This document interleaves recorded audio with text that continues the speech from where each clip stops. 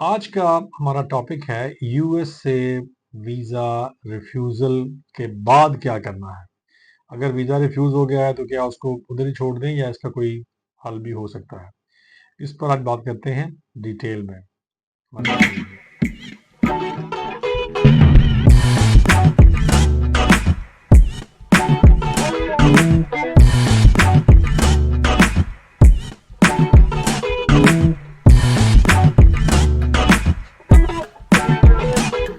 US से visa refusal के बाद क्या ये एक परमानेंट डिनायल हो जाता है या ये कोई ऐसी पनिशमेंट है कि अगर आपने वीज़ा एप्लीकेशन दे दी, रिफ्यूज़ हो गया तो उसको हम दोबारा कुछ नहीं कर सकते उसके बारे में।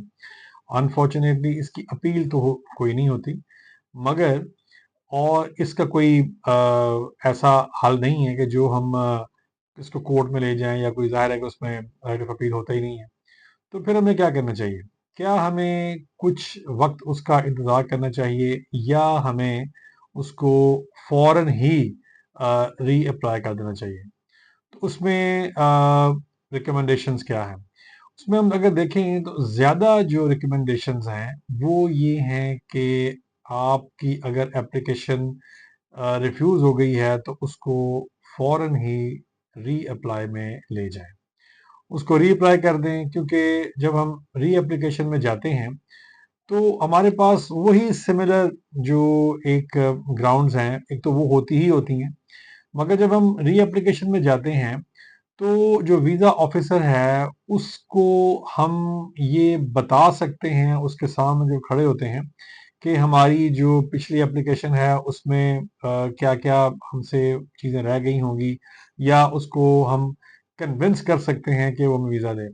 इसमें जो चीज़ देखने वाली है वो ये कि जिस तरह हम पहले बता चुके हैं एक दफ़ा कि जो वीज़ा है ये बेसिकली जो अब हम बात करते हैं नॉन इमिग्रेंट वीज़ा की, तो नॉन इमिग्रेंट वीज़ा ये राइट नहीं होता, ये एक सहूलत है और इसको लेने के लिए हमने अपने आप को उस तरह का प्रेज़ेंट करना है।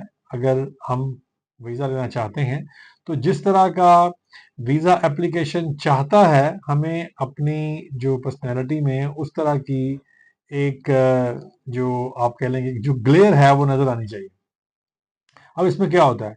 यानी ये कि जब वीज़ा एप्लीकेशन दी तो उसमें एक क्लॉज़ है जो बड़ा मशहूर है। उसको कहते हैं 214 बी, यानी 214 बी। ये एक सेक्शन है जिसके अंडर जब भी हम कोई नॉन इमिग्रेंट वीज़ा अप्लाई करते हैं, यानी अगर आपने टूरिस्ट वीज़ा अप्लाई किया है, बिज़नेस के लिए कोई वीज़ा अप्लाई किया है, या फिर स्टडी करने के लिए F1 वीज़ा हमने अगर अप्लाई किया, तो उसमें जो उसको जो सेक्शन देखता है वो 214 बी है। अब 214 बी बड़ा इंटरेस्टिंग सा एक सेक्शन है। वो ये कहता है कि जितने भी, यानी जो उसकी जो मैं आपको उसके लिए मफ़हूम बता रहा हूँ, वो ये कि जितने भी जो वीज़ा एप्लीकेंट्स हैं, जब वो वीज़ा अप्लाई करते हैं, तो उनको यही समझा जाता है कि ये परमानेंटली वहाँ पर जाना चाहते हैं, या ये कह लें कि ये क्वालिफ़ाई नहीं करते। मतलब ये कि वो एक सेक्शन इस तरह का है कि जिसमें वो ये उन्होंने पहले ही फैसला कर लिया है कि जनाब हमने आपको रिफ्यूज़ल देना है। मगर हमने उसके बिल्कुल अदरवाइज अपने आप, यानी कि उसके उलट अपने आप को प्रूव करना है। हमने ये साबित करना है कि जनाब हम वो नहीं है, यानी वो ये समझते हैं कि हम पोटेंशियल इमिग्रेंट्स हैं। जिसने भी वीज़ा एप्लीकेशन दी है, नॉन इमिग्रेंट वीज़ा अप्लाई किया है, तो ये पोटेंशियल इमिग्रेंट है। तो ये साबित करना है एप्लीकेंट ने कि वो पोटेंशियल इमिग्रेंट नहीं है, वो वहां से वापस आएगा। अब ये हुआ कि हमने एप्लीकेशन दी, एप्लीकेशन देने के बाद ज़ाहिर है इंटरव्यू होगा, इंटरव्यू वो करते ही हैं। इंटरव्यू हुआ, इंटरव्यू में जो वीज़ा ऑफिसर है, वो जब वीज़ा ऑफिसर इंटरव्यू कर रहा होता है तो वो एक नोट्स अपने ले रहा होता है। उन नोट्स में उसने कुछ लिख दिया हमारी फाइल के ऊपर, और उसके बाद उसने कहा जनाब कि जी हम आपको वीज़ा नहीं देते। अब हमने क्या करना है, हमने दोबारा अप्लाई किया। अब जब दोबारा अप्लाई कर दिया तो फिर उसमें हमारे पास क्या टेक्निकल ग्राउंड्स इस तरह की हैं कि जिन पर हम अपना जब वीज़ा है हम अप्लाई कर रहे हैं तो हमारे पास क्या ऐसी चीज़ है कि हम उसको कन्विंस कर सकें कि जनाब आपने जो मेरी वीज़ा एप्लीकेशन जो पहले रिफ्यूज़ की थी, अब हम हमारे हालात जो हैं वो चेंज हो चुके हैं। तो सम टाइम तो वाक़ई लोगों के हालात चेंज हो भी सकते हैं, किसी की शादी हो जाती है, किसी का कोई बिज़नेस में कोई प्रमोशन मिल जाती है, यानी कोई जॉब कर रहा है तो कारोबार में बड़ी तरक्की मिल गई है। यानी इस तरह की चीज़ें भी हो सकती हैं, किसी की कोई चीज़ भी नहीं होती। यानी वो एक दफ़ा रिफ्यूज़ हो गया, जो स्टूडेंट है उसका अगर वीज़ा एप्लीकेशन रिफ्यूज़ हो गई है, तो वो रिफ्यूज़ल के बाद जो दोबारा जाएगा तो वो उसके पास तो कोई ग्राउंड नहीं बनेगी।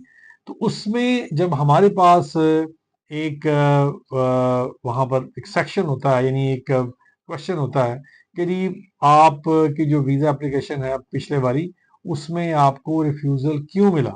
वो डिनाई क्यों की उसमें? तो उसमें जो 2 ही बातें हैं। हमने एक तो लिख दिया कि जी नेगेटिव बात जो हमने अपनी एप्लीकेशन में देखी कि जी मेरे ख़्याल में ये था जी कि मेरी जो फाइनेंसेस थी उसके बारे में वो सैटिस्फाई नहीं थे जो वीज़ा ऑफ़िसर थे, या मेरी टाइज़ के बारे में सैटिस्फाई नहीं थे। तो ये बेसिकली हमने खुद ही उसको एक क्वेश्चन दे दिया या एक ग्राउंड दे दी, ताकि वो उन्हीं ग्राउंड पर चलते हुए हमारी एप्लीकेशन को दोबारा रिफ्यूज़ कर लें।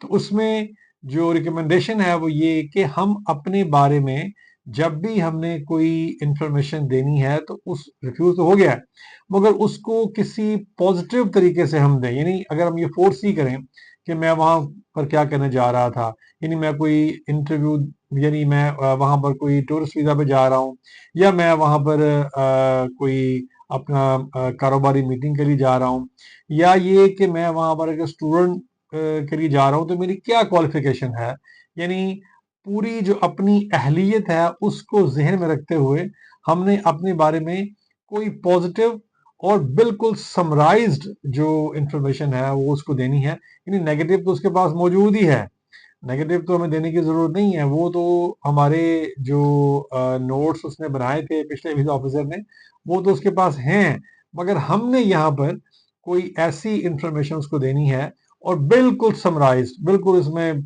एक आध दो सेंटेंसेस में, जो कि पॉजिटिव हो, यानी जो ऐसी इंफॉर्मेशन हो जिसको वो देखते हुए पिछली नेगेटिव इंफॉर्मेशन को और अब जो हम दे रहे हैं, ये एक बड़ा बेहतरीन चांस है उसके पास जिसका वीजा रिफ्यूज हो चुका है कि वो दोबारा वहां पर उसी वीजा ऑफिसर के सामने खड़ा हुआ है, यानी उसी के सामने तो नहीं मगर जाहिर है कि किसी और के पास, मगर उसी कैपेसिटी का कोई ऑफिसर है जो उसको देख रहा है उस वक्त। तो उसको कोई इंफॉर्मेशन देते हुए हमने अपने बारे में जब इंफॉर्मेशन देनी है तो उसको पॉजिटिव तरीके से हमने कोई इस तरह की समरी बयान करनी है कि वो आपके उस केस को जो कि ऑलरेडी रिफ्यूज्ड है उसको वो अप्रूवल में बदल दे। और ये कोई मुश्किल बात भी नहीं है। और दूसरी चीज ये है कि अगर वीजा रिफ्यूजल के बाद एक दफा रिफ्यूज हो गया, सेकंड टाइम अप्लाई कर लें, second time, third time, fourth time. हमारे पास ऐसी भी मिसालें हैं कि लोगों के 6-6 दफा वीजा रिफ्यूज हुए हैं फिर भी उनको मिले हैं। तो ये है कि ये हमने अपने जो हमारे पास पूरा एक जो DS-160 है उसमें हम अपनी पूरी जो स्टोरी है वो किस तरह से फॉर्म करते हैं, किस तरह से उसको देते हैं, और फिर जब इंटरव्यू का दिन आता है तो हम किस तरह से अपने आप को वहां पर प्रेजेंट करते हैं, ये चीजें बहुत ज्यादा काउंट करती हैं। Thank you very much for watching the video.